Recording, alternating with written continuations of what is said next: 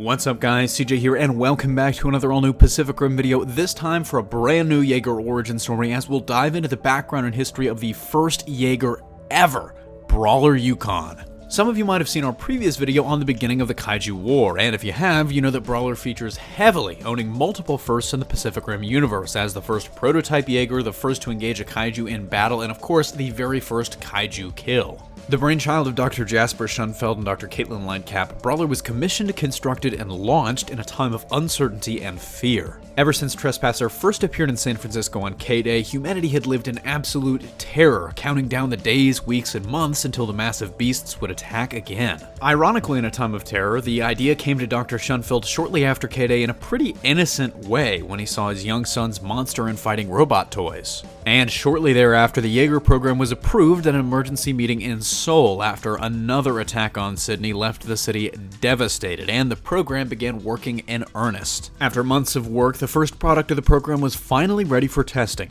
Brawler Yukon. However, initial tests provided less than promising results, as the first test pilot, Adam Casey, died of a seizure and cerebral hemorrhage brought on by an attempt at single pilot control. Knowing that another failed test would likely mean the end of the project entirely, Dr. Lightcap had an idea, and in a move that would change the Jaeger program forever, linked her mind with the second test pilot, Sergio D'Onofrio, successfully piloting the mech together. The two would go on to become Brawler's full-time pilots and dropped into action for the first time against the Kaiju Karloff, who was attacking Vancouver.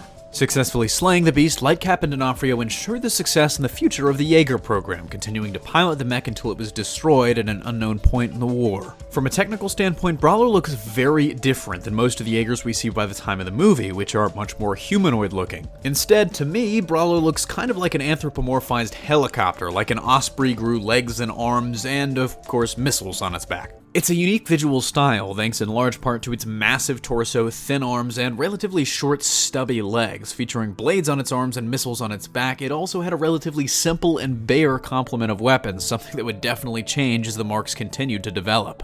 That's gonna do it for me here though. Thanks for watching. Don't forget to smash that like if you like what you saw, subscribe for more great content every single day, and consider turning on your notifications to be alerted every time we upload a new video. Signing off, this is CJ, and I'll see you next time.